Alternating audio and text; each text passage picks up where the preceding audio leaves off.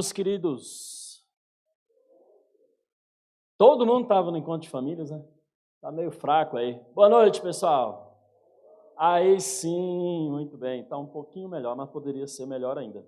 Meus irmãos, eu ia dizer que nosso número hoje é um pouco menor porque nós tínhamos vários irmãos no encontro de famílias, mas essa desculpa não vai colar porque eu estou vendo vários irmãos aqui que estavam no encontro de famílias, né?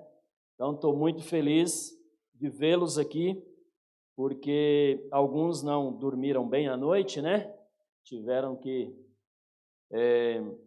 supervisionar os trabalhos dos motosserra que tinha lá no Acampaz.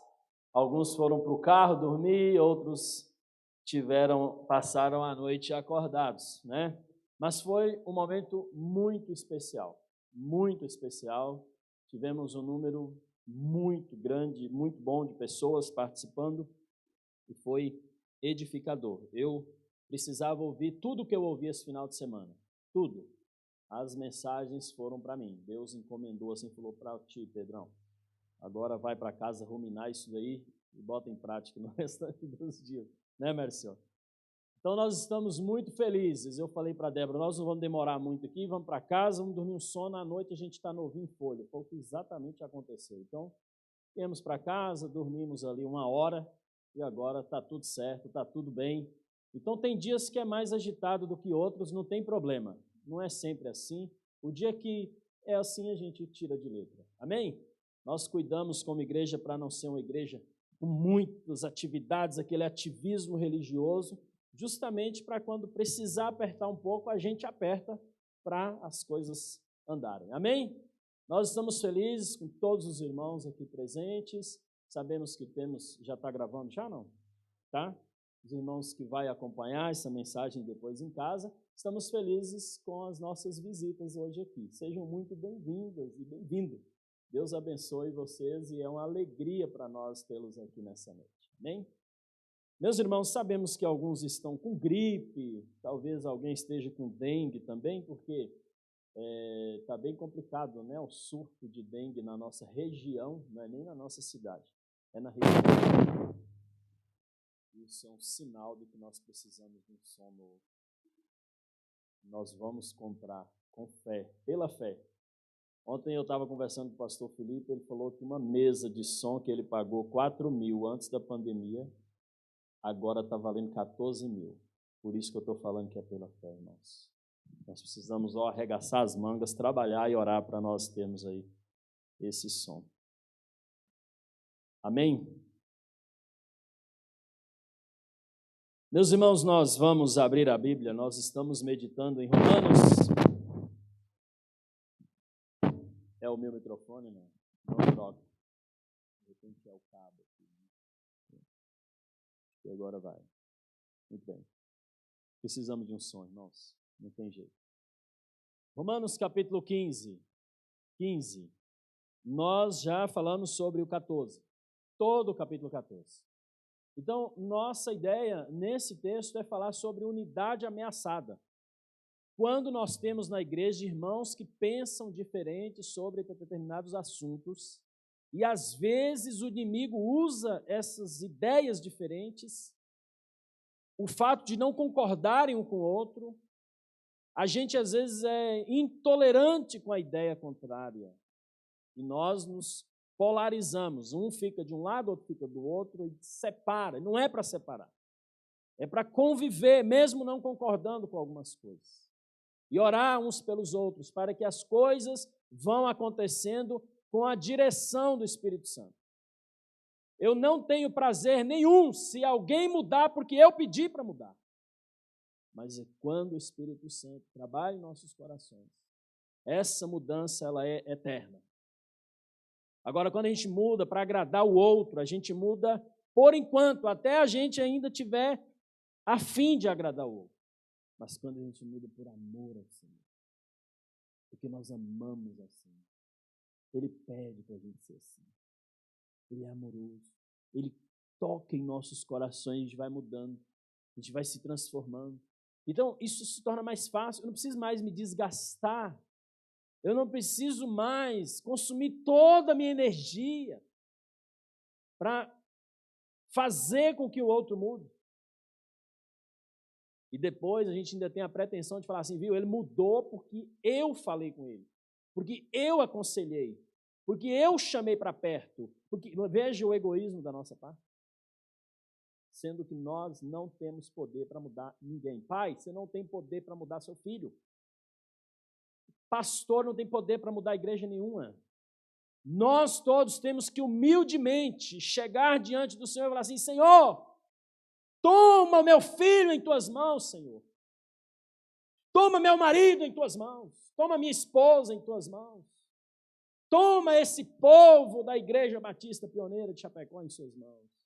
Porque se eles mudarem porque o Senhor está pedindo para mudar, essa mudança vai ser eterna. Eles não vão querer te decepcionar. Agora, decepcionar, irmãos, seres humanos, nós decepcionamos o tempo todo e somos decepcionados. Isso é normal, isso é natural. Por quê? Porque nós somos pecadores. A maior prova de que o pecado entrou no mundo e causou uma grande confusão é que nós frustramos uns aos outros. Eu ia pedir aqui para quem já se sentiu frustrado comigo, mas é melhor deixar quieto, né? Com certeza alguém já se frustrou comigo. Esperava uma coisa, esse pastorzinho aí, né? Então a gente se frustra, a gente cria uma expectativa no ser humano, no filho, na mãe, no pai, no esposo, no líder do ministério, no liderado, e a gente frustra. Não dá para criar expectativas. Então, meus irmãos, o texto bíblico aqui está falando sobre isso, porque fala dos fracos e dos fortes. Os considerados fortes na fé e os considerados fracos na fé, em muitos casos, pessoas que estão conhecendo a palavra. Aquelas pessoas que começam a querer buscar uma mudança para a sua vida. E elas vão, às vezes, ainda vão nas igrejas, esperando que as igrejas as acolham, que os irmãos das igrejas que tanto fala de Deus, que tanto fala de amor, que tanto fala de acolhimento, que tanto fala de tudo isso, esperando que as pessoas as acolham. E quando elas chegam na igreja, elas se frustram, porque nós somos péssimos em acolhimento. Nós julgamos, nós desprezamos. Não é isso que o Paulo falou aqui? É isso. O retrato da igreja aqui é das igrejas, na verdade. O capítulo 14, só para nós lembrarmos o que nós já vimos.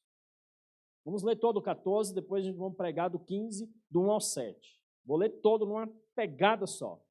Vamos lá.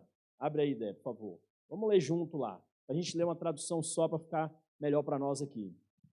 Meus irmãos, aceitem o que é fraco na fé, sem discutir assuntos controvertidos.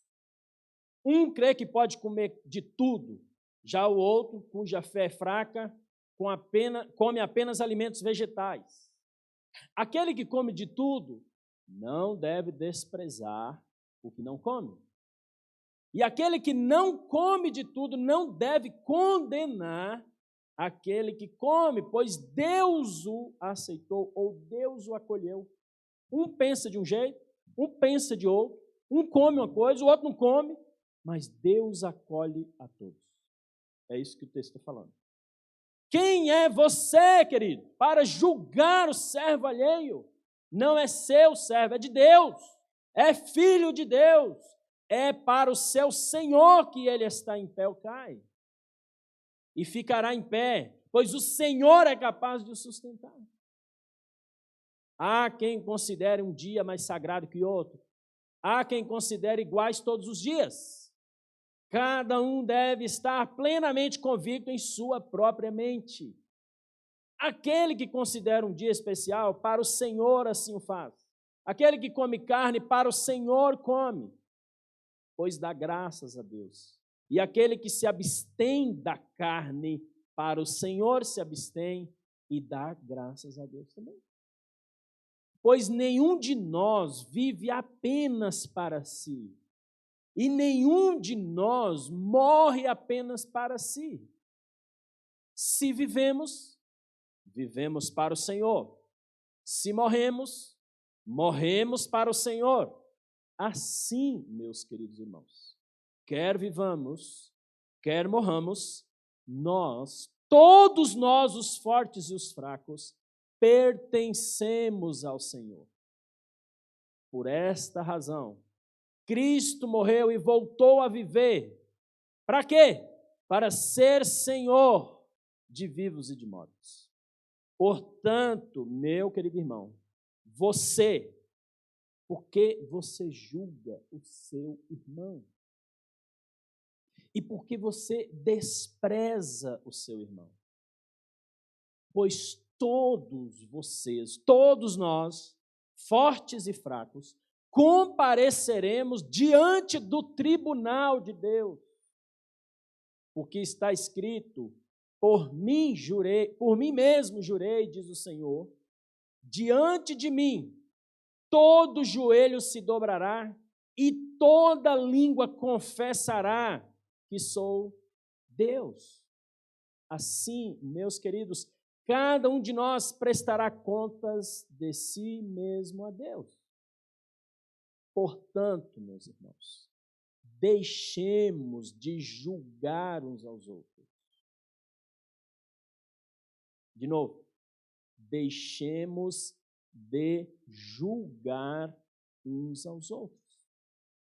Em vez de ficar fazendo isso, façamos o propósito de não pôr pedra de tropeço ou obstáculo no caminho do irmão. Como alguém que está no Senhor Jesus, tenho plena convicção de que nenhum alimento é por si mesmo impuro, a não ser para quem assim o considera. Eu considero comer carne impuro, não posso fazer isso, é pecado. Tá bom, para você é. Ok, não julgue. Para ele é impuro. Se o seu irmão se entristece devido ao que você come, você já não está agindo por amor. Por causa da sua comida, não destrua seu irmão, porque em Cristo morreu. Falei sobre isso semana passada. Aquilo que é bom para vocês, não se torne objeto de maledicência. Pois o reino de Deus não é comida, nem bebida, mas o reino de Deus é justiça, paz e alegria no Espírito Santo. Aquele que assim serve a Cristo é agradável a Deus e aprovado pelos homens. Aquele negócio que os crentes têm mania de dizer: eu já estudei sobre esse assunto aí, esse negócio para mim está bem resolvido, eu não estou nem aí o que as pessoas pensam, eu vivo a minha vida, eu dou conta da minha vida para Deus, o importante é o que Deus pensa de mim. Não! Olha o que o versículo está dizendo. Olha o que o versículo está dizendo. De novo, vamos lá, volta lá. O reino de Deus passa para a passada, aquele que assim serve a Cristo é agradável a Deus e aprovado pelos homens. Eu não estou nem aí. Não, olha o que a Bíblia diz. Se você quer obedecer à Bíblia, se preocupa, claro que se preocupa, com o que as pessoas estão achando, se elas estão aprovando ou não suas atitudes. 19. Por isso, esforcemo-nos em promover tudo quanto conduz à paz e à edificação mútua. Não destrua a obra de Deus por causa da comida. Todo alimento é puro. Todo alimento é puro. Todo alimento é puro. Às vezes ele fala assim: isso daí não é, isso aqui é, aquilo ali é, não é. Todo alimento é puro, diz Paulo. Mas, olha a implicação, mas é errado comer qualquer coisa que faça os outros tropeçarem. Não era pecado, mas passou a ser. Tem isso na vida cristã. Uma coisa que não era pecado, dependendo da motivação e dependendo de onde você faz, torna a ser pecado. É o que o texto está dizendo, é o que eu entendi. É melhor não comer carne, nem beber vinho, nem fazer qualquer outra coisa que leve seu irmão a cair. Que graça tem? Graça tem eu fazer uma coisa que leve o outro a cair. Por isso que tem igrejas que se esmeram em criar uma forma de vestir, criar algumas coisas para poder proteger os irmãos de não se perderem. Não dá para a gente julgar, irmão, sobre usos e costumes, a ideia por trás é boa, é ou não é? Porque quando as igrejas não fazem isso, as pessoas não têm consciência da maneira como elas estão fazendo. E aí, a gente sai assim fazendo os outros cair, os outros tropeçar. E olha o que a Bíblia está dizendo. É melhor não comer carne nem beber vinho. Aí fica preso a comer carne e beber vinho, não. Ou fazer qualquer outra coisa. O que você faz que as pessoas chegam para você e falam assim, meu querido, isso que você está fazendo é um mau testemunho. Você vai... Sabe disso? É isso que o texto está falando. Ô meu querido, o que você está fazendo, as pessoas não estão aprovando. Ah, mas eu não estou nem aí. Lembra o que o versículo diz? Se você é um servo de Cristo, você se preocupa em agradar a Deus e fazer aquilo que é aprovado pelos homens. Então, meus irmãos, aquilo que eu faço, que lá no fundo o Espírito Santo fala assim, acho que... Ou alguém chega e fala assim, cara, pensa um pouquinho mais, será que isso aí compensa? Será que edifica? Será que... Na dúvida, não faça. Nós falamos sobre isso semana passada. Vamos 22. Assim, meus irmãos, seja qual for o seu modo de crer a respeito destas coisas, ou seja, eu não sei o que você pensa sobre alguns assuntos. Mulher usar saia, só vir para a igreja de saia, eu já vi em muitos lugares isso. Homens não poder usar bermuda no culto, tem que usar só calça. O pastor tem que pregar de social e gravata. Comer carne, beber vinho. Eu não sei qual que é o seu pensamento em relação a isso. Eu tenho o meu. Mas, assim, seja qual for a sua maneira de pensar a respeito dessas coisas, que isso permaneça entre você e Deus. É o que o texto está dizendo. Feliz é o homem que não se condena naquilo que aprova.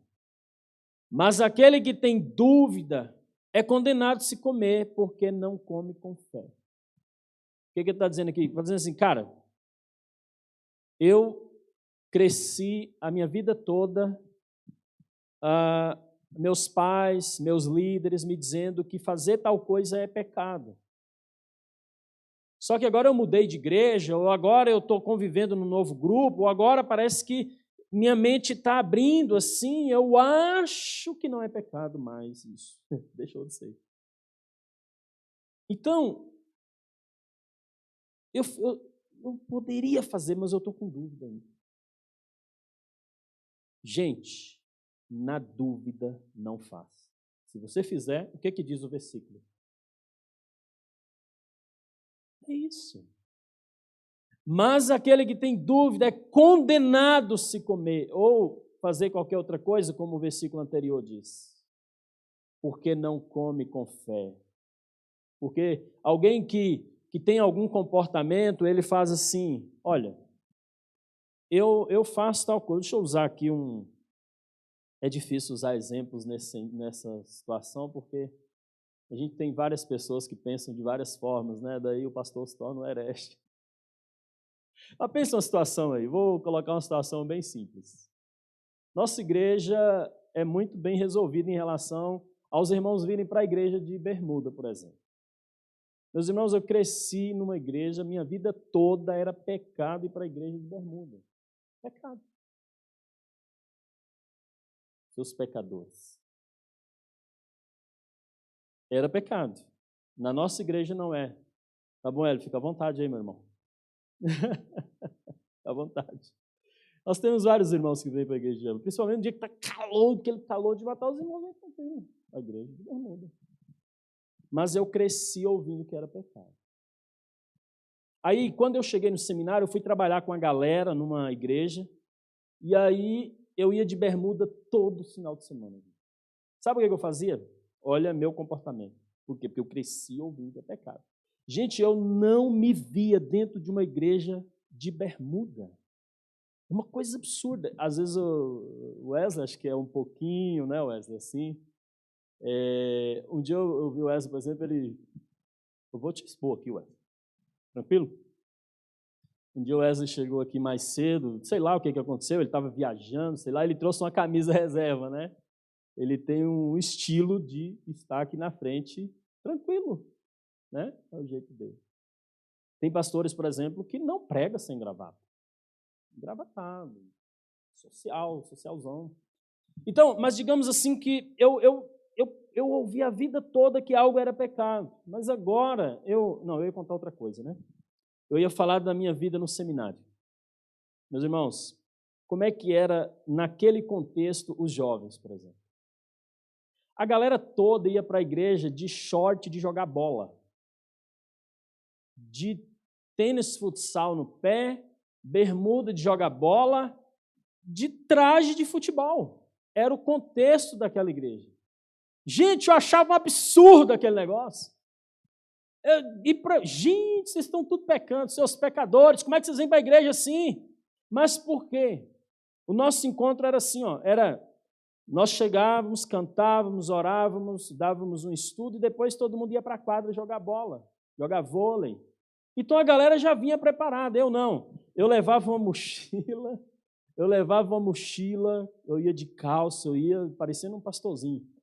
Eu ia de calça, chegava lá e dava o estudo, fazia todo o momento de culto lá com os jovens, e aí depois que estava todo mundo lá se aquecendo na quadra, eu ia lá no banheiro rapidinho, me trocava.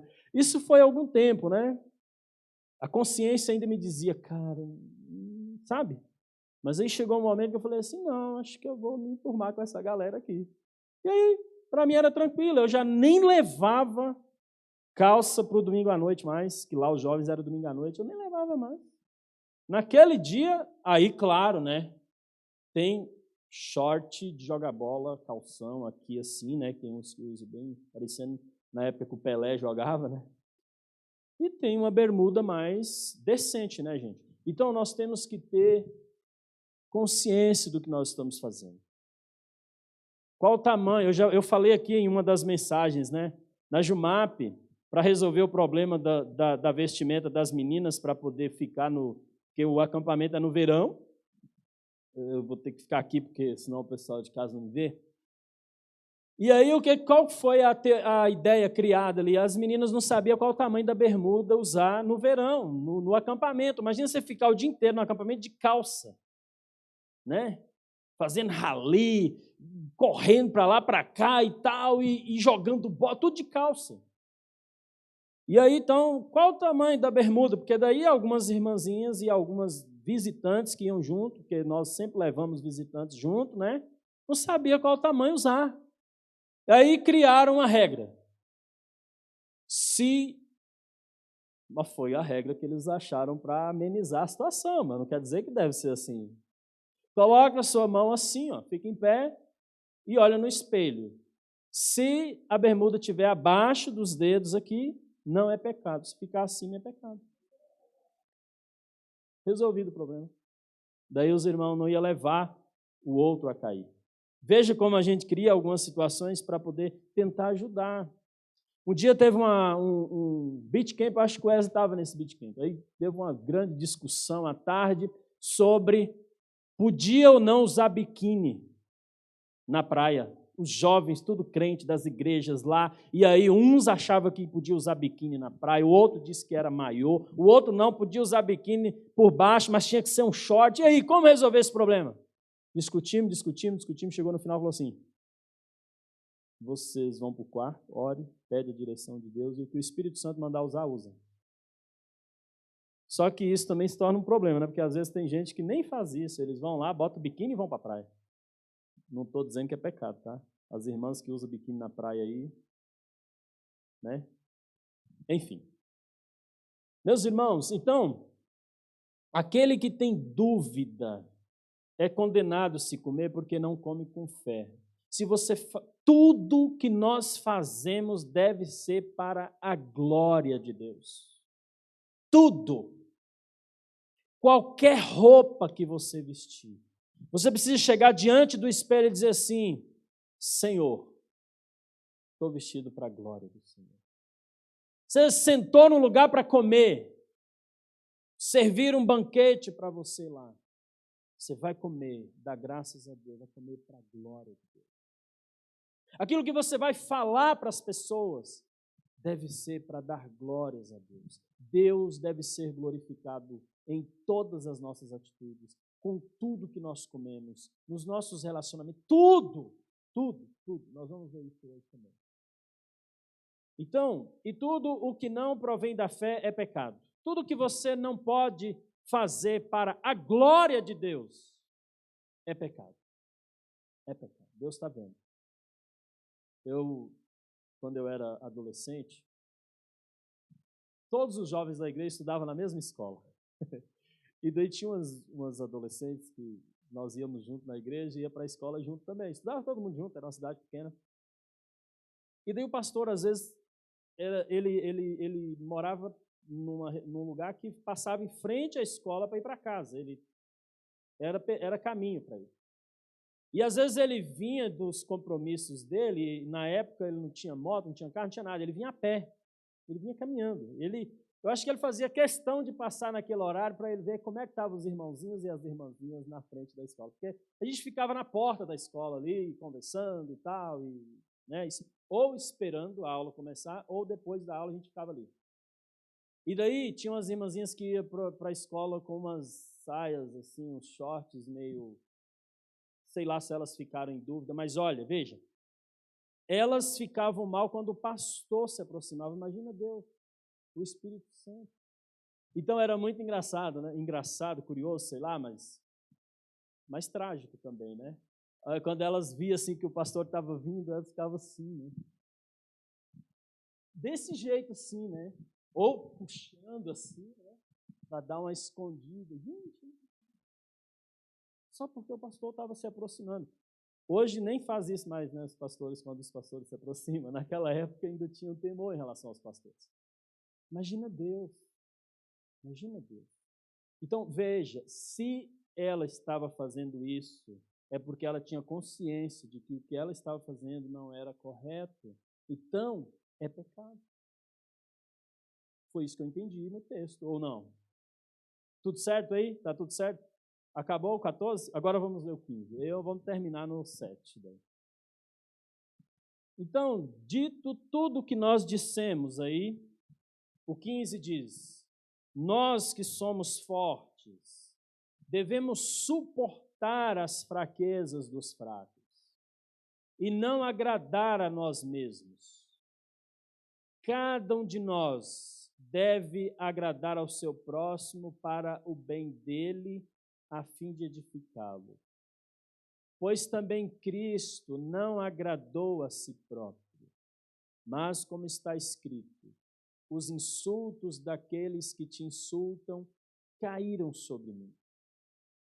Pois tudo o que foi escrito no passado foi escrito para nos ensinar, de forma que, por meio da perseverança e do bom ânimo procedentes das Escrituras, nós mantenhamos a nossa esperança.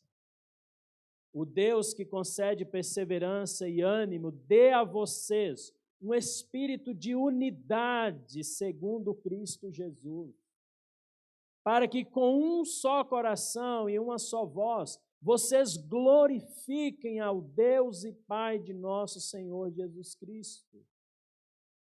Portanto, meus queridos irmãos, lembra no início do 14 nós lemos isso? Agora ele fala de novo. Aceitem-se uns aos outros, da mesma forma com que Cristo os aceitou, a fim de que vocês glorifiquem a Deus.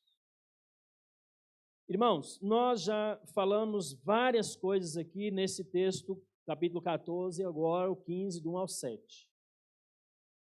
Nós já vimos sobre a unidade ameaçada por falta de acolhimento, e aí o Paulo repete isso agora no versículo 7.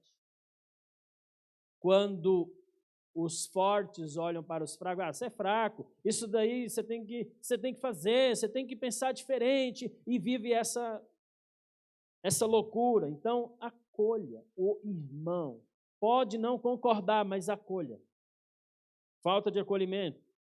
Outro ponto que nós vimos aqui, unidade ameaçada quando falta o princípio do senhorio de Cristo na nossa vida.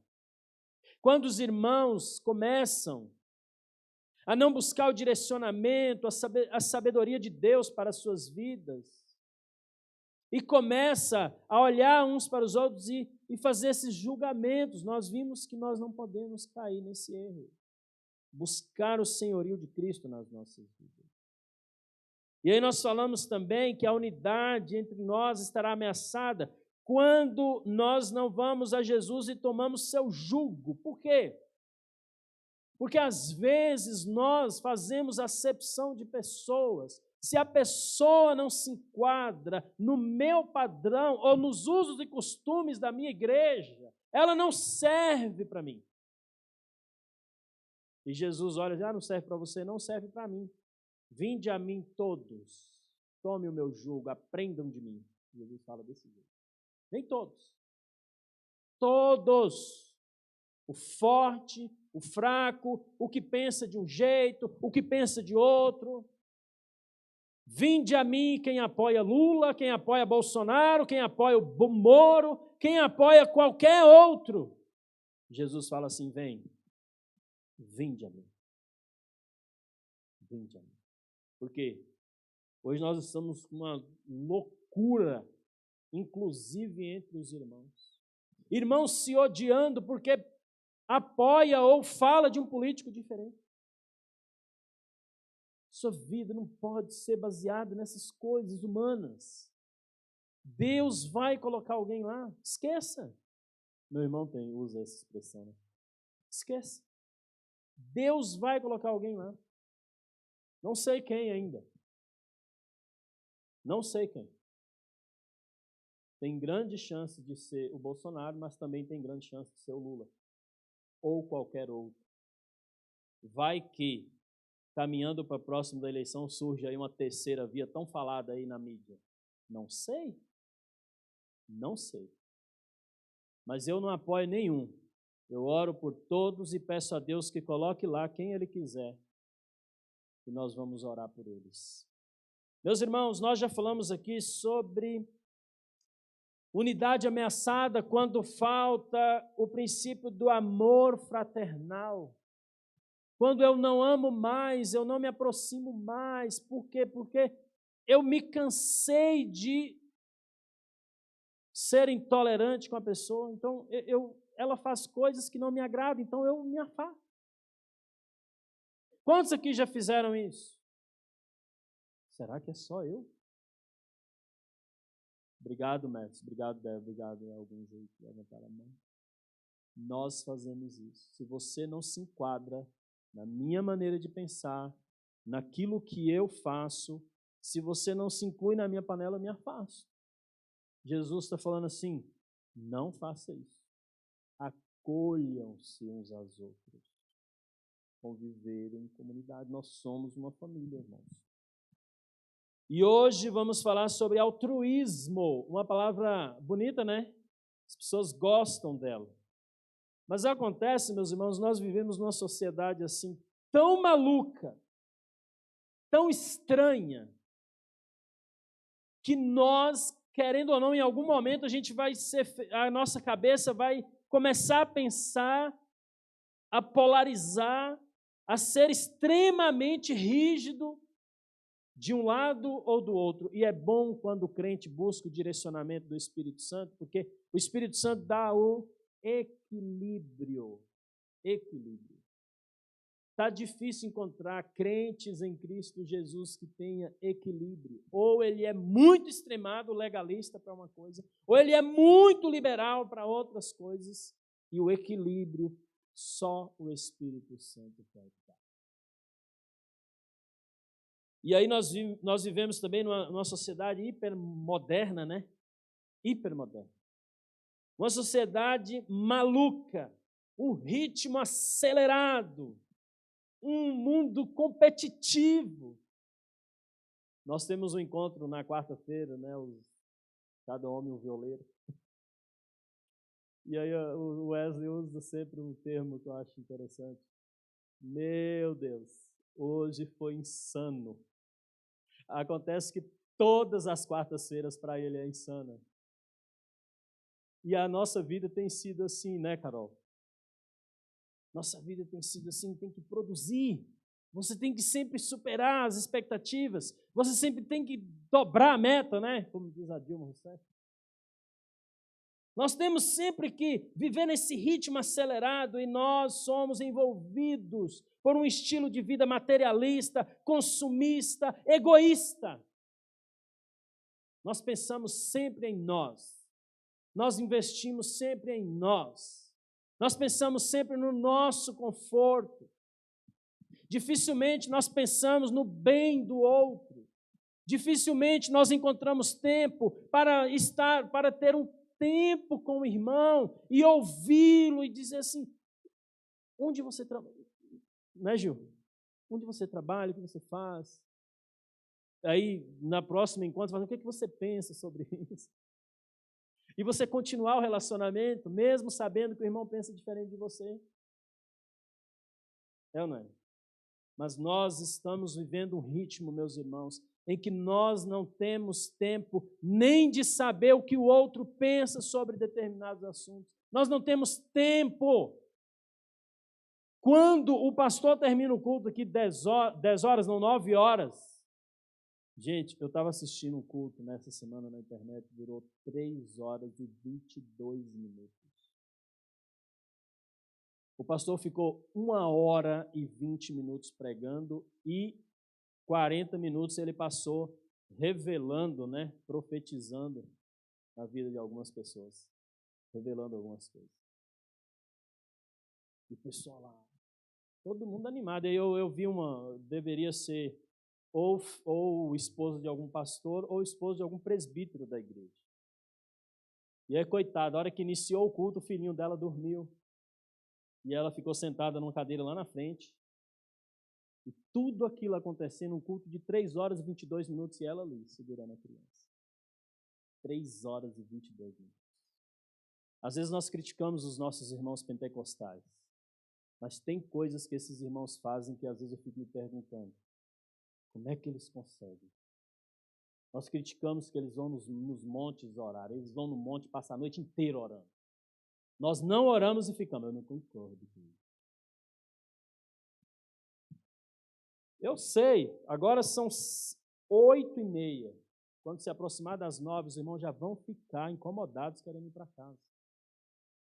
E outra, o culto vai terminar e nós não vamos ter aquele momento gostoso no final do culto, de interação, de cumprimentar o outro, de perguntar como está. Por quê? Porque nós somos egoístas, nós pensamos que amanhã nós vamos ter atividades, nós precisamos ir para casa, dormir, ajeitar a coisa de amanhã, e assim a nossa vida é acelerada, meus irmãos. E Jesus nos chama para viver uma vida altruísta. Tendo tempo para o outro, conversando com o outro, se preocupando com o outro, perguntando o outro, ouvindo o outro, falando para o outro. O que é altruísmo? O texto fala. Versículo 1. Olha o que é altruísmo aí. Nós, se somos fortes, devemos suportar as fraquezas dos fracos e não agradar a nós mesmos. Cada um de nós deve agradar ao seu próximo para o bem dele. Altruísta é quando a pessoa está preocupada com o próximo. Tudo na minha vida é para abençoar o próximo. Eu reservo tempo na minha agenda preocupado com o próximo e para abençoar o próximo. Eu reservo recursos no meu orçamento para abençoar o próximo. Então, tudo na nossa vida, tudo que Deus nos dá, Ele espera de nós um coração altruísta, abençoar o próximo, pensar no bem do próximo. Quem aqui já pensou assim? No final do ano, esse ano vai ser diferente. Nós aqui não temos costume de ficar pedindo dinheiro para as pessoas, não, tá? É só uma ilustração. Quem aqui já pensou assim, no final do ano, esse ano eu quero pegar meu 13º e abençoar alguém. Abençoar alguma instituição social. Eu viajo todos os anos. Todos os anos. Mas esse ano eu vou ser altruísta. Eu quero pegar o 13º e falar assim, eu quero orar, Deus vai me mostrar uma instituição social, alguém para eu abençoar. Talvez aquele vizinho que você vê lá, passando necessidade o ano inteiro. Talvez um campo missionário, sei lá. Isso é algo que o Espírito Santo tem que falar para você. Você ora, fala assim, esse ano. Eu viajo, já viajei durante toda a minha vida, eu posso viajar o ano que vem, mas esse ano eu vou pegar o meu 13º e vou abençoar alguém. Isso é altruísmo. Você abre mão para abençoar alguém. Pensa no bem do outro. Tem um corajoso de fazer isso. Meus irmãos, eu tinha um irmão que me abençoou muito quando eu era seminarista. Minha igreja também me abençoou. Cara, que coisa impressionante. Quando eu estava me formando, eu fiquei meio com medo, porque eu não sabia para onde eu iria. E eu não tinha dinheiro para ir para algum lugar. Eu tinha que fazer um empréstimo ou pedir para alguém. Minha igreja chegou para mim na última semana do seminário e falou assim, Pedro, alguns irmãos aqui se juntaram, fizeram uma vaquinha aqui e vão depositar um determinado valor para você se resolver depois do seminário. E daí depositaram aquele valor. Eu achei que eles iam depositar R$1.000, R$2.000, não foi isso. Eles depositaram um valor, meus irmãos, que quando nós fomos abençoados com a parte do nosso carro, praticamente o valor que a gente ganhou deu para pagar a outra parte. Esse carro não fomos nós que compramos, não. Foi alguém nos abençoou. Pessoas nos abençoaram. Nós não tínhamos condições de comprar. Meus irmãos, altruísmo é isso, e o texto está falando sobre isso. O versículo 1 na NTLH fala assim, nós que somos fortes na fé, devemos ajudar os fracos a carregarem as suas cargas e não devemos agradar a nós mesmos. O versículo 2 fala que cada um de nós temos o dever ou a missão de pensar no bem do próximo, do irmão, o dever de contribuir com o crescimento dele, contribuir com a edificação do outro. E aí eu queria abrir em 1 Coríntios 9, 22, o apóstolo Paulo fala assim, olha o que o apóstolo Paulo fala, 1 Coríntios 9, 22. Para com os fracos, tornei-me fraco. Para ganhar os fracos. Para com os fracos, tornei-me fraco. Para ganhar os fracos. Tornei-me tudo para com todos, para de alguma forma salvar alguns. Paulo, ele se adaptava às situações e ao ritmo de caminhada um do outro. Para que ele fazia isso? Para ganhar e para salvar. Por quê? Porque se você não tiver essa maturidade de se adaptar, você perde e você destrói. Você faz o outro cair, você vira pedra de tropeço na vida do outro. Eu tornei-me tudo para com todos, para ganhar, para salvar alguns. É interessante, quando a gente faz de tudo, salva alguns. E quando a gente não faz nada? Meus irmãos, veja bem, Paulo não tinha máscaras, não é isso. Parece que ele tinha máscaras, né? Fiz-me fraco, fiz-me forte, tornei-me judeu, tornei-me grego, fiz-me de judeu, grego. Não. Paulo tinha a capacidade de acolher as pessoas. Não precisa aquela arrogância, chegar num grupo e falar assim, e aí? Né? Tem gente que chega num lugar assim, as pessoas olham para ele e falam assim, eu nem vou falar nada. Nem vou falar, porque tudo que eu falar está errado. É capaz do que eu vou dizer é pecado, que a pessoa tem aquela prepotência de que é um conhecedor nato da teologia, conhecedor nato das coisas, né? Às vezes eu acho que até a gente podia até discutir sobre algum assunto aqui, mas eu não tenho a capacidade. Paulo não tinha isso. As pessoas sabiam quem Paulo era, mas ele fiz-me para salvar, fiz-me para ganhar. Isso é ser altruísta. Agora pode ser egoísta, ele poderia ser egoísta e não fazer nada e deixar as pessoas se perderem, se destruírem. Meus irmãos, altruísmo é ser empático. Isto é, se colocar no lugar do outro, pensar no bem-estar do outro e contribuir para a edificação e o crescimento do outro. Quando eu desenvolvo um estilo de vida altruísta, meus irmãos, minhas ações contribuirão para uma sociedade, para uma igreja mais pacífica, agradável, harmoniosa e unida. Aliás, a palavra altruísmo é muito usada, por exemplo, pelos coaches, né? Muito usado. Muito usado. Por quê? Porque eles estão levando essa ideia dos benefícios de você contribuir com a vida do outro. Há muitos benefícios nisso.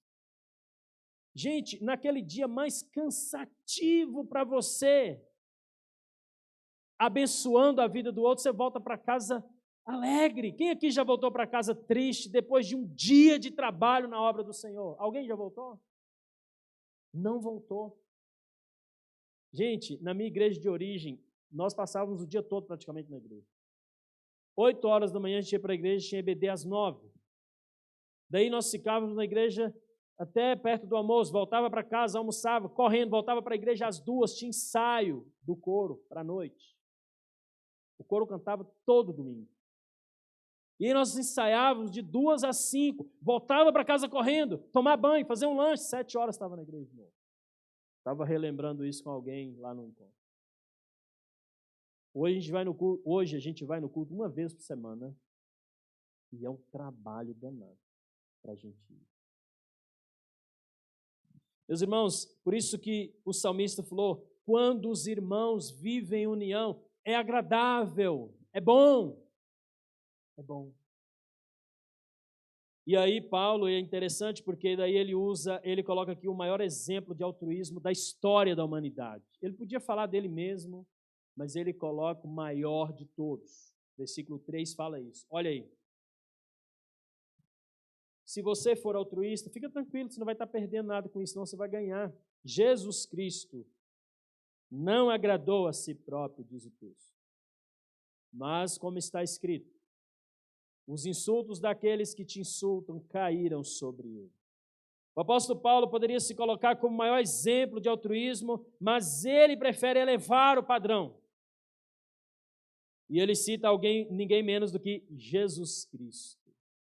Jesus, o maior exemplo de altruísmo de todos os tempos, não procurou agradar a si mesmo, diz o texto. Ele pagou o preço mais elevado, o alto preço, a fim de que nenhum dos pecadores se perdesse. Ô, gente, depois de tudo que nós fazemos durante um dia, eu fico me perguntando como é que Jesus me aceita quando eu acordo. Depois de todas as minhas atitudes, depois de todas as minhas obras más,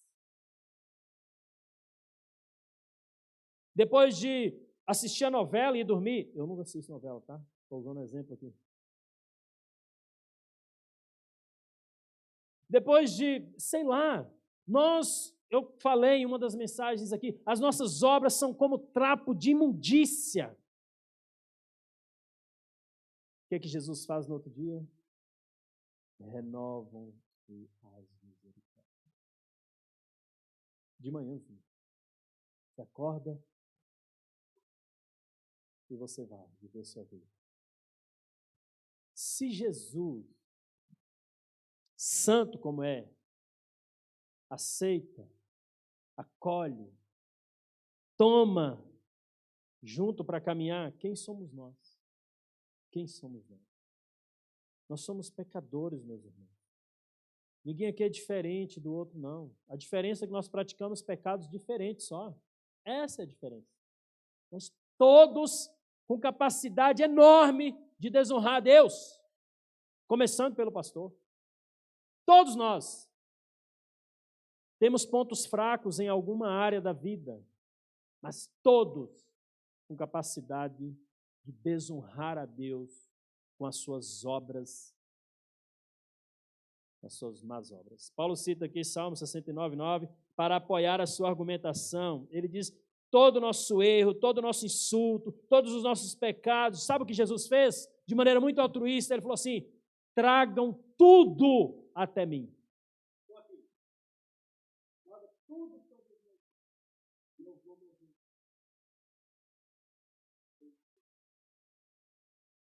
Isaías 53, 4 e 5, se a Débora puder abrir lá para nós, fala sobre isso. Fala exatamente sobre isso, meu irmão. Olha o que Isaías fala: certamente Jesus, ele tomou sobre si as nossas enfermidades e sobre si levou as nossas doenças. Contudo, nós o consideramos castigo por Deus atingido e afligido. Mas ele foi traspassado por causa das nossas transgressões. Jesus não morreu porque achou bonitinho ser um mártir na história, uma causa qualquer. Não! Ele morreu por causa das suas más obras e das minhas más obras. As minhas transgressões pregaram Jesus na cruz. Ele foi esmagado por causa de nossas iniquidades. O castigo que nos trouxe a paz estava sobre Jesus e pelas suas feridas nós fomos curados. O maior altruísta de todos os tempos. Desceu do céu, não tinha nenhuma culpa, nenhum pecado, não precisava fazer o que ele fez. Mas de maneira altruísta ele fala assim: eu vou pagar o preço pela Iraci, eu vou pagar o preço pelo Pedro, eu vou pagar o preço pelo Davis, eu vou pagar o preço pelo Jonas, eu vou pagar o preço pela humanidade, e ele levou sobre si. Quem aqui contou quantas vezes pecou hoje? Alguém contou?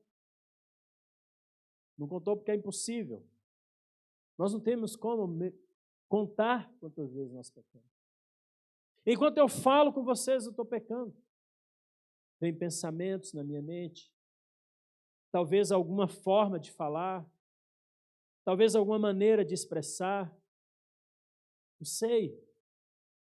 Mas existem pecados que nós não temos a dimensão se está honrando, se está desonrando a Deus. E Deus, Jesus, levou sobre si esses pecados.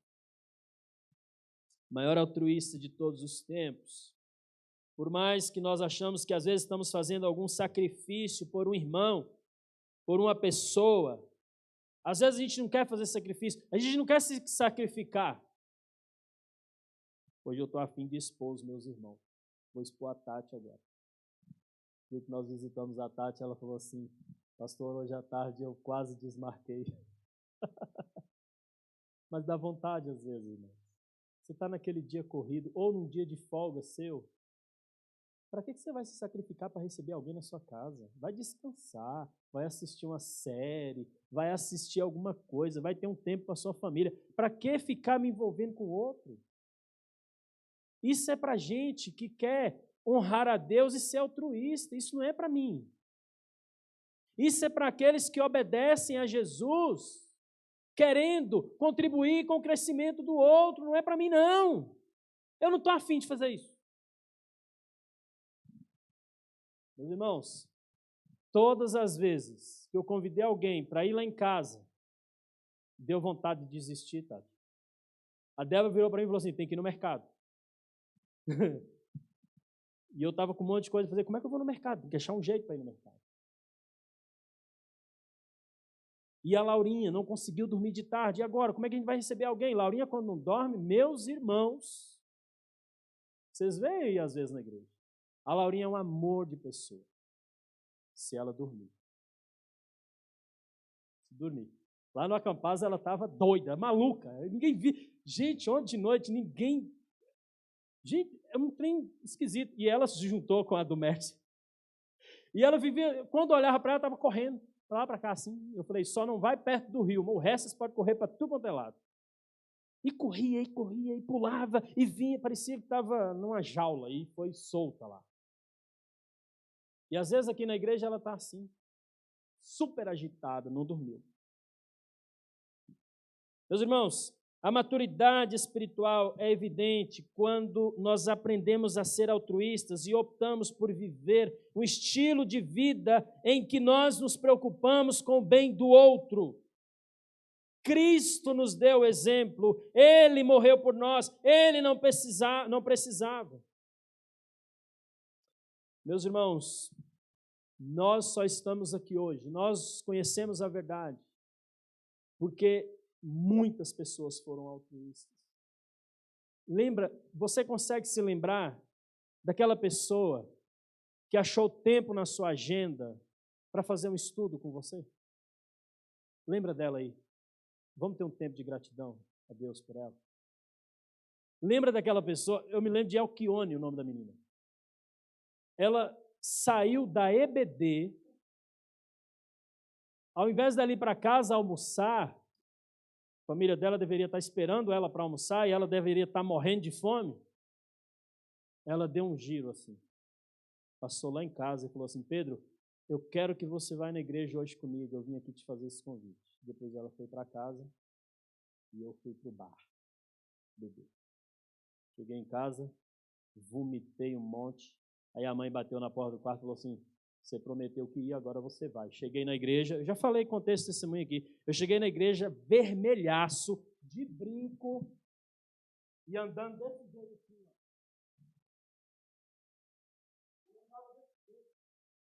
E aí o pastor olhou para mim e falou assim, falou para os jovens, não anda com ele não. Proibiu os jovens de andar comigo. Jailton, uma pessoa que me ajudou muito quando eu fui para a igreja, Orlando, pessoas que separaram algum tempo lá. Pastor Carlos, eu falo às vezes da minha igreja de origem, mas eu às vezes sou até um pouco maldoso às vezes. Eu peco às vezes falando da minha igreja de origem, mas eu conheci Jesus lá. Quantas pessoas ali naquela igreja contribuíram para eu conhecer a palavra? Elas investiram na minha vida. O pastor Carlos ficava todo domingo de manhã, 1h30, sentado na mesa, tirando minhas dúvidas. Todo domingo de manhã. Eu chegava lá com um monte de dúvida. E ele ia tirando, ele ia falando, ele ia me discipulando naquela época. Até o dia do meu batismo, ele foi me falando. Meus irmãos, quantas igrejas e quantos irmãos investiram. Hoje a gente dá aí, a gente adota um campo missionário, né? A gente acompanha as notícias e tal, mas você se sacrifica, você investe tempo, energia. Tem uns irmãos aí que me acompanham nas reuniões. A nossa vida cristã, ela é assim. É arrumando tempo para as pessoas. É arrumando tempo para dar um estudo bíblico. Ah, pastor, mas não está dando, está corrido demais. Arruma, porque alguém um dia arrumou para contribuir para você conhecer a palavra. E tem um monte de gente lá fora esperando você ser altruísta, esperando você arrumar tempo para ir lá, ouvi-lo e edificá-lo para a honra e glória do Senhor. Enquanto você viver com essa vidinha aí, de não tenho tempo, está corrido para mim, essa vida materialista, eu estou preocupado, pastor, esse ano não vai dar para eu trocar de carro, não vai dar para eu fazer a reforma na minha casa, trocar o sofá, não vai dar para eu pintar a sua casa, pinta depois. Se Jesus estiver dizendo para você, esse ano você vai contribuir, não precisa contribuir com essa igreja. Ore, fale com Deus. Meus irmãos, Deus te dá tudo para você usar para a glória dele. Tempo, recursos, família, amigos, relacionamentos. Tudo para a glória dele. A palavra de Deus nos ensina a ser altruísta. O versículo 4 diz: a Bíblia nos ensina de Gênesis a Apocalipse a como ser altruísta. Aliás, eu estava fazendo uma pesquisa lá no Instituto, eu fui fazer uma pesquisa sobre altruísmo e caí no Instituto Brasileiro de Coaching. E aí, li um artigo muito legal. O que foi mais legal ainda é que ele falou no artigo que o primeiro movimento altruísta que se tem foi visto entre os religiosos. A Bíblia fala de Gênesis a Apocalipse para você viver para o outro. Crente vive para os outros. O diabo coloca na mente: viva para você, cuide da sua vida, cuide da sua saúde. Se está te fazendo mal, se isole, não se relaciona mais. É ou não é? É ou não é? Se está te fazendo mal, chama, conversa. Meu irmão, o que você está fazendo não está me agradando. Eu queria te falar isso para você. Estou vendo alguns comportamentos seus que está me... o Caio e o Pietro, um dia nós estávamos conversando, né? E daí eles acabaram abrindo isso. Tem horas que o Caio faz uma coisa que me irrita, pastor. Pietro falando. E o Caio falou assim, e ele também, pastor. Então, gente, a gente convive com pessoas e elas nos irritam às vezes. Mas você não precisa desprezar. Você não precisa julgar. Você pode conviver. Ame, traga para perto. Ore com ele, ore por ele. E vai vivendo a sua vida. Meus irmãos, uma pessoa que não aprendeu com Cristo a ser altruísta, ela terá dificuldade, por exemplo, aqui na perseverança que o versículo 4 fala. Por quê? Porque altruísmo é esperar com paciência a mudança do outro. Tem gente, dependendo da personalidade dele, ele vai pedir um conselho. E a pessoa vai dar um conselho para ele e ele muda. Ponto. Ele mudou e ele vai viver a sua vida. Ele mudou e pronto. Já tem gente que ele fica assim meio cético. Ele fala assim, mas será? Ô, gente, minha esposa, tudo que eu falo para ela, ela vai para o Google pesquisar se é verdade. Eu falo assim, é isso, mas tudo bem, pode fazer suas pesquisas. Tá certo, pode ser assim, não tem problema não. E eu fico lá dentro assim. Ela chega, né, vendo que era verdade o que eu falei. Às vezes a gente se engana também. Meus irmãos, a Bíblia tem histórias de pessoas que decidiram não viver para os outros e tiveram consequências. A Bíblia tem várias histórias, o versículo 4 fala isso. Fala assim, tudo que está escrito, o versículo 4 diz, no passado foi escrito para nos ensinar, de forma que por meio da perseverança e do bom ânimo procedentes das Escrituras, mantenhamos a nossa esperança. Se você decide ser altruísta, se você decide suportar o outro, se você decide investir no outro, vai passar anos e você vai perseverar, vai passar anos e você vai ter paciência, e vai orar, e vai caminhar, e vai suportar, e vai andar junto, unido, até fazer sentido para aquela pessoa. Tem que ser um discípulo de Jesus. Ele fala assim, pastor, isso não é para mim não. Pois Jesus te suporta assim? Como é que isso não é para você? Vai para casa hoje, antes de dormir, faz um exame de consciência. O osso de pescoço que você é. O quão complicado você é. O quão chato você é às vezes. Tem dia, eu sou assim, tem dias que eu durmo de tarde, mas o dia que eu deito e não consigo dormir, gente, eu acordo no mau humor, terrível. A Laurinha acorda chorando, eu acordo de mau humor. Eu sento no sofá e eu falo para a Débora assim, nem eu estou me suportando. Jesus te suporta sendo um trapo de imundícia como você é. Como é que você fala para mim que não tem para suportar os outros. Então, reveja os seus conceitos. O versículo 4 na NTLH fala assim: porque tudo que está nas Escrituras foi escrito para nos ensinar, a fim de que tenhamos esperança por meio da paciência e da coragem que as Escrituras nos dão. Então, uma forma de aprender a ser altruísta é a palavra de Deus. Tudo que foi escrito vai ajudar. Leia a Bíblia e você vai viver a sua vida pensando nos outros. Nos outros. A outra é a oração. O versículo 5 e 6, o apóstolo Paulo fica assim: o Deus que concede perseverança e ânimo deles um espírito de unidade, segundo Cristo Jesus, para que com um só coração e uma só voz vocês glorifiquem ao Deus e Pai de nosso Senhor Jesus Cristo. Quem? Quem pensa diferente de mim? Paulo fala assim: olha, vocês que comem carne, vocês que não comem, vocês que consideram dias santos, vocês que não consideram, vocês que fazem algumas coisas e vocês que não fazem, não fica olhando um para o outro e dizendo: você não está sendo espiritual, você está fazendo errado. Não precisa, não despreza, não julga. Eu oro para que o espírito da unidade tome vocês, para vocês louvarem ao Senhor juntos. É isso que está dizendo a palavra. É isso que está dizendo aí. Vamos ler de novo, versículo 5. O Deus que concede perseverança e ânimo dê a vocês um espírito de unidade. Aquele irmão que você não conversa mais, que você tirou da sua panelinha há muito tempo.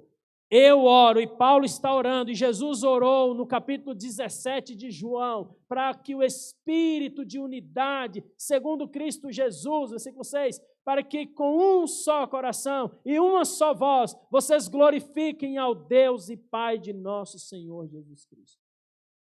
Quem aqui já deixou de ir em alguma igreja ou vir nessa igreja por causa de alguém? Não precisa levantar sua mão. Quem aqui já deixou de participar de um ministério porque aquele líder você não vai com a cara? Quem aqui já deixou de participar de algum grupo porque você não concordava, você não suportava? Isso é coisa do demônio. Não é de Deus isso. Não é de Deus. Se você algum dia tomou essa atitude, volte para casa hoje e ore. E diz assim: Senhor, que o espírito de unidade me ajude a domingo que vem eu ir lá naquele irmão e falar assim: meu irmão, você não sabe, mas eu me afastei de algumas coisas por sua causa, eu não estava te suportando. Eu tinha um colega de trabalho que eu não suportava ele. Cara, aquilo foi me dando uma coisa ruim assim, ó. Eu chegava na empresa, olhava para ele, me dava angústia. Ele sorria, me dava aquele negócio lá dentro. Ele falava alguma coisa e me dava aquilo. Quando meu chefe falava assim: vai você e ele fazer tal coisa, nossa. Nós vimos sobre isso lá no acampamento esse final de semana. Meus irmãos, a oração pode quebrar esses preconceitos, a oração pode quebrar esses julgamentos, esses desprezos que muitas vezes nós fazemos. Meus irmãos, às vezes as pessoas leem a Bíblia e pensam que as exigências contidas na mesma não são impossíveis para nós. É por isso que Paulo, ele termina esse parágrafo que iniciou no capítulo 14, ele está finalizando dizendo assim: eu oro para que tudo que eu disse faça sentido para vocês e que vocês consigam se reunir como uma unidade, com comunhão, com harmonia e louvar ao Senhor. Eu estou orando porque tudo que eu disse, vocês podem ouvir e ir para casa e continuar do mesmo jeito. Por isso que eu oro para que vocês mudem. É isso que Paulo está fazendo. Em outras palavras, é isso. Meus irmãos, no verso 6, ele continua e diz que isso é essencial para que vocês, com um só coração e uma só boca, glorifiquem ao Deus e Pai de nosso Senhor Jesus Cristo. Sabe o que é? O inimigo odeia, o diabo odeia quando nós pensamos em alguma ação que vai glorificar a Deus. Ele odeia. E ele vai fazer de tudo para não dar certo. De tudo. Por isso que Paulo fala assim, eu vou orar. A única solução é orar.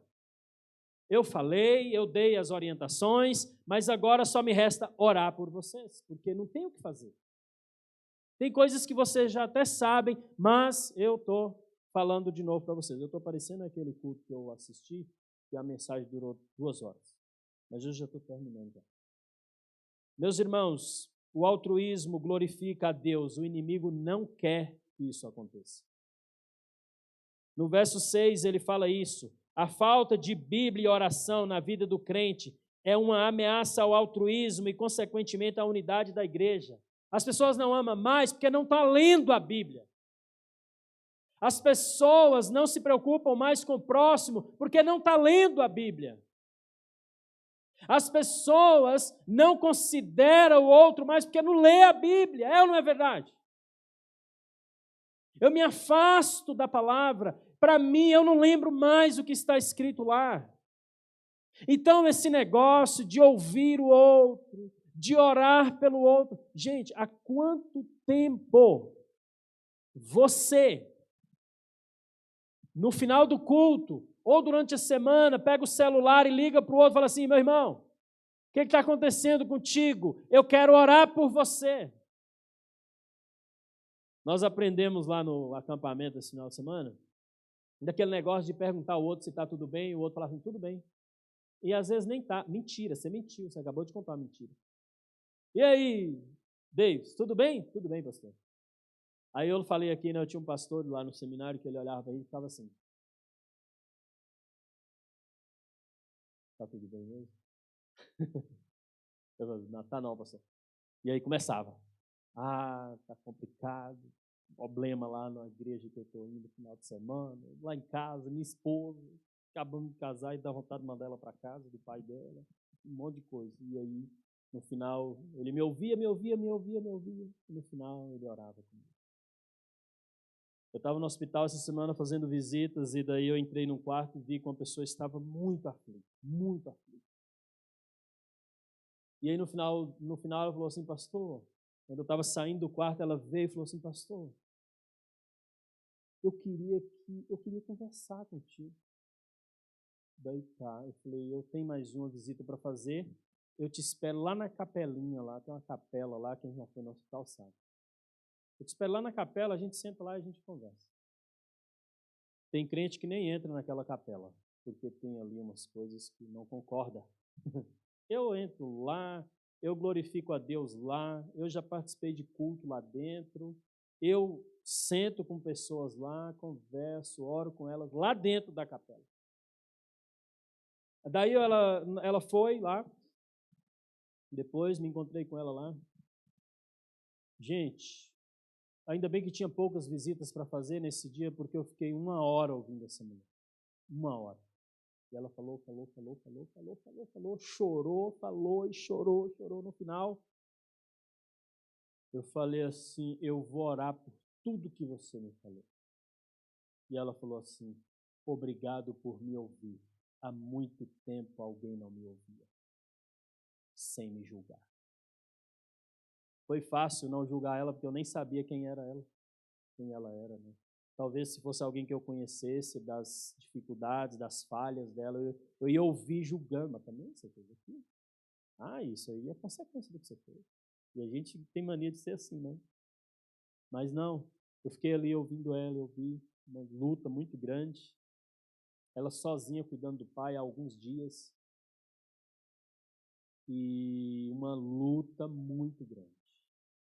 E ela no final agradeceu por eu ter ouvido ela, só ouvir. Você não precisa ser um psicólogo para ouvir as pessoas, não.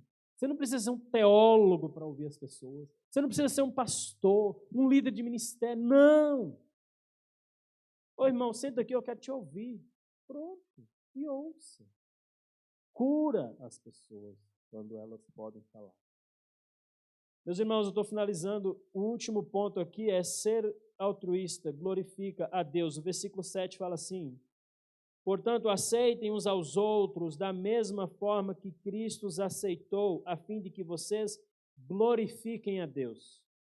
Não é para fazer sua vontade, não é pelo seu conforto, não é pelo seu bem-estar, é porque glorifica a Deus. Glorifica a Deus.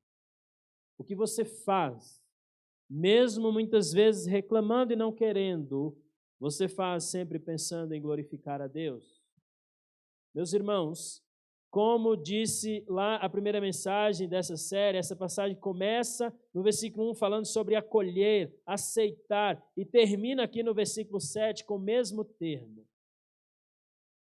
Aceite, acolha, porque isso glorifica a Deus. Jesus mesmo disse assim: Senhor, o que o Senhor está pedindo para eu fazer é muito grande. Se eu pudesse, eu desistia, mas eu estou cumprindo a vontade do Senhor. Naquela hora, o estresse foi tão grande, a depressão foi tão profunda que os poros dele começou a sair sangue. Quando ele pensou que ia levar todos os nossos pecados sobre si, quando ele pensou que ele ia morrer na cruz, quando ele pensou que os meus pecados, as minhas obras, ia causar todo esse sofrimento para ele, os poros começou a sair sangue.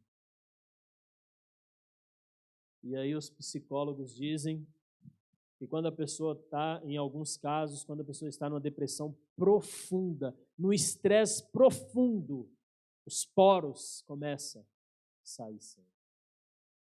Meus irmãos, qual teria sido nossa atitude se nós vivêssemos no tempo de Jesus e trabalhássemos junto com Ele no seu ministério e começássemos a ver Ele chamando fariseus, publicanos, leprosos? Qual seria a nossa atitude vendo Jesus chamando para caminhar junto com você e com Ele a mulher pecadora, a prostituta, os corruptos? Zaqueu foi o maior corrupto da história naquele tempo, e Jesus falou assim: eu vou para a sua casa hoje e vou levar todo mundo comigo. E depois Zaqueu tem um grande encontro com Jesus e muda sua vida. Qual seria a nossa atitude se nós tivéssemos que andar com Jesus, toda hora ele chamando um pecador para andar com ele? Pessoas que a gente nem concordava. Eu fico olhando Pedro. Pedro, meus irmãos, era uma das pessoas mais difíceis do ministério de Jesus. E quando ele via pessoas que ele não concordava muito, ele chegava para Jesus e falava assim: você vai mesmo chamar esse cara para andar contigo? E quando Jesus falou para eles que tinha que fazer alguma coisa lá com os samaritanos, os amigos mais próximos de Jesus, Pedro, Tiago e João, falam assim: Jesus, sabe o que eu acho que você devia fazer? Senhor que tem poder, rogar aos céus para cair um fogo, um trovão e consumir os samaritanos. Era isso que o Senhor devia fazer. Olha a sugestão. E Jesus andando com essa gente. Meus irmãos, a falta de amor entre os irmãos, a falta de altruísmo provoca a desunião, a discórdia, as quais não glorifica a Deus. Pelo contrário, tiram dele a glória que lhe é devida. Nós precisamos entender, meus queridos, que nós devemos comportar diferente pelo simples fato de sermos adoradores do Deus verdadeiro. Tem coisas que você faz porque você é cristão. Tem coisas que você faz porque você confessa Jesus como seu Salvador. E tem coisas que você não faz. Não é porque a igreja que você vai proíbe. Não é porque o pastor proíbe. Eu não proíbo nada. Faça o que você quiser da sua vida. Como nós lemos no texto, você vai prestar contas a Deus, não a mim. Ore, fale com Deus, e Ele vai dizer para você o que fazer, como fazer, o que comer, a hora que comer, o dia para comer, é Ele que vai dizer. Eu não proíbo nada. Essa igreja não proíbe nada. Os irmãos são livres para consultar o Espírito Santo e para decidir o que vão fazer de suas vidas. Eu vou pontuar aqui 5 benefícios do altruísmo, e aqui sim a fonte foi lá, o artigo que eu falei para vocês, que eu li, muito legal, de um coaching chamado, me perdoe o nome, eu não lembro agora, mas está no editorial do site Instituto Brasileiro de Coaching. Felicidade e bem-estar pessoal, o altruísmo traz esse benefício para nós. Aquele momento que você faz o bem para as pessoas, você se sacrifica para isso, se cansa, mas volta para casa feliz, com aquele bem-estar de ter contribuído com o outro. Bem-estar social.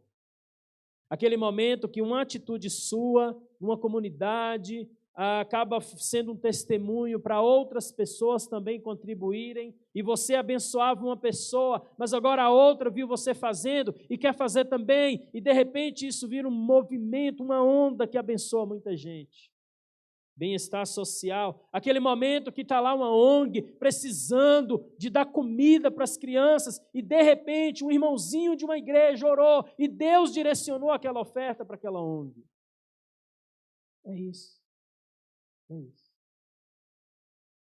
Agora diminuiu mais, mas na pandemia nós tínhamos vários irmãos que traziam cestas básicas e nós íamos entregando, muita gente passando necessidade e os irmãos, aquele bem-estar, as crianças podendo comer, amor, respeito e harmonia, outro benefício do altruísmo. Relacionamentos de qualidade, E o último, uma vida mais leve. Aliás, tem mais alguns aqui, são 7. Uma vida mais leve, mais expectativa de vida. Tem um estudo, uma pesquisa que diz que as pessoas que são altruístas, que cultivam esse estilo de vida, elas têm uma expectativa de vida maior. Benefício para todos. Benefício para todos. Último.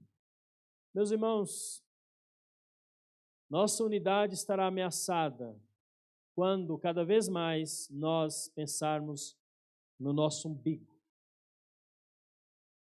Todo o meu recurso é para o meu conforto, para investir na minha vida, investir no meu negócio, investir na troca do meu carro, investir na minha casa, investir em mim, naquilo que é meu.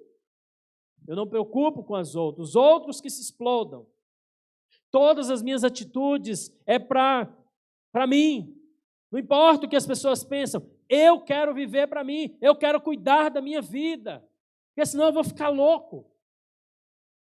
Seja altruísta. Viva para os outros. Viva para os outros. Organize seu tempo. Se organize.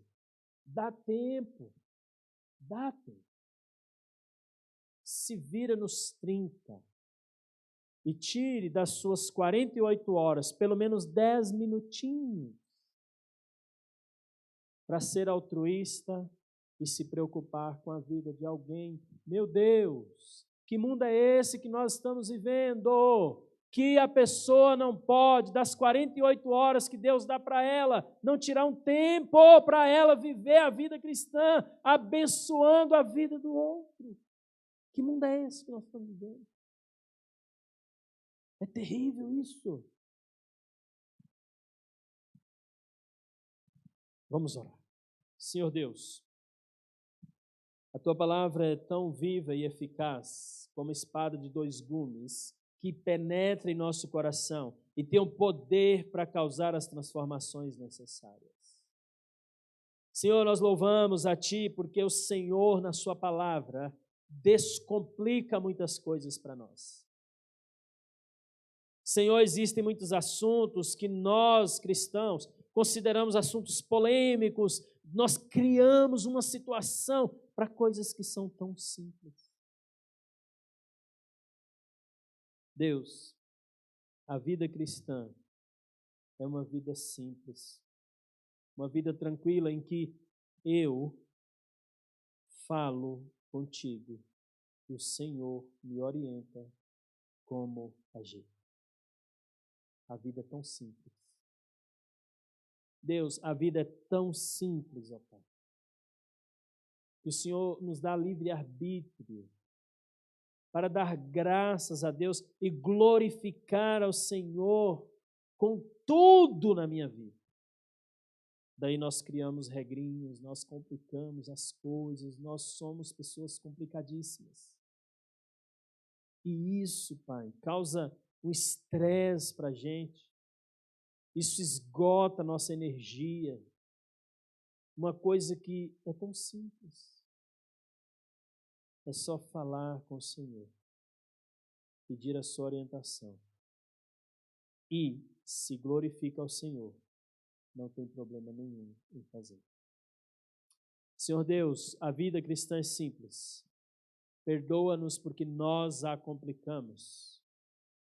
Deus abençoe esta igreja para que ela siga cada vez mais unida, cada vez mais harmoniosa, que a comunhão entre nós cada vez mais cresça, Pai, para que as pessoas possam ver como o Senhor tem contribuído para a união desse povo, como esse povo é obediente ao Senhor, como esse povo honra ao Senhor, como esse povo ama uns aos outros, como esse povo faz a diferença nessa cidade.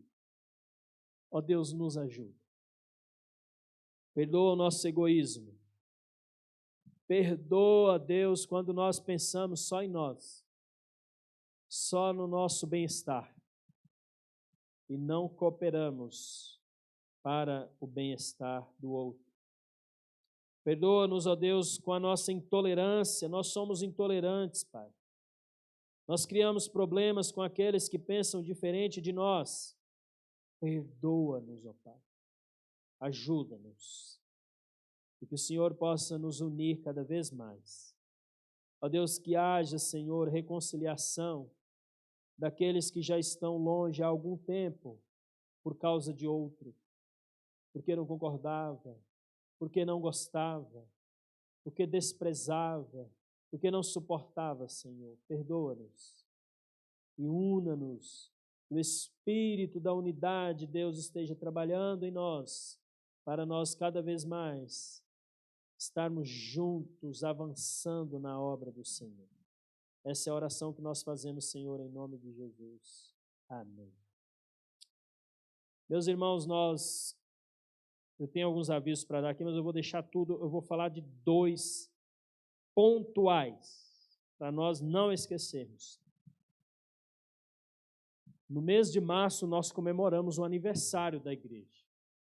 Só que, como é que a gente faz lá na nossa família, né? A gente, quando não está com muitas condições, mas a gente não quer deixar passar em branco, nós fazemos só uma coisa mais simples, né? Os mais chegados, está tudo bem, tranquilo. Então, nós vamos fazer isso dessa vez também.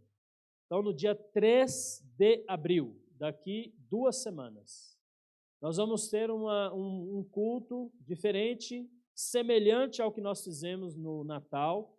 Eu acho que foi tranquilo, não ficou pesado para ninguém. O que nós vamos fazer? Já falei com a Cris, já falei com o Ricardo também, ela vai passar aí para alguns irmãos que sempre ajudam nessas horas.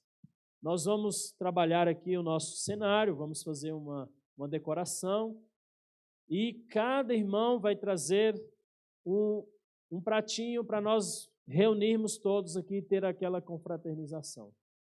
E aí a dona da festa vai comprar um bolo,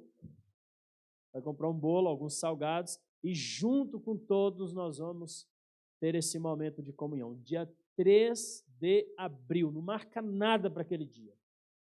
Vai ser um dia corrido para alguns irmãos, eu já sei que tem compromissos aí, mas aquele dia faz um pouquinho de sacrifício. Vai ser só aquele dia. E aí, naquele dia, nós vamos ter o pastor Denis pregando aqui, né? Vai ser um culto especial mesmo. Então, venha todo mundo, traga visitante, traga aquela pessoa lá que você queria convidar para ir na igreja com você, traga ela. Você está com dificuldade de ir, eu te dou uma carona. Busca, vem, traz. Traz para nós termos esse momento de confraternização e de celebrar mais um ano de vida da nossa igreja.